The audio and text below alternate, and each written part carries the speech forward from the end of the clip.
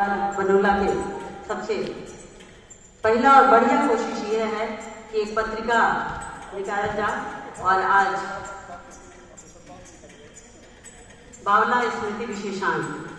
भागीरथी साहित्यिक पत्रिका के विमोचन होगा। सब अतिथि लोग से आग्रह बा कि एक बार यहाँ तरीसा खड़ा हो जाए ताकि इसका विमोचन संपन्न होते तत्पश्चात सम्मान हुई डॉक्टर राम नारायण तिवारी जी के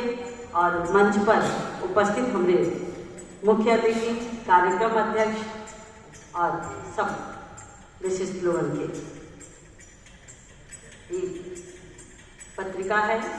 भागीरथी साहित्य पत्रिका बावला स्मृति विशेषांक, हमेशा सहेजे वाला विशेषांक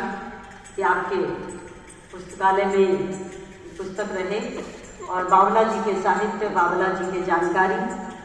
आप सब तक अच्छे से पहुँचे। आज विमोचन है, सम्मान हुई डॉक्टर राम नारायण तिवारी जी के, लेकिन राम नारायण तिवारी जी के बारे में जानकारी देने खातिर हम मंच पे आदर के साथ आमंत्रित करल श्री सौदागर सिंह जी के कि आप आई और राम नारायण तिवारी जी के परिचय हम सबके बीच में रखी। तत्पश्चात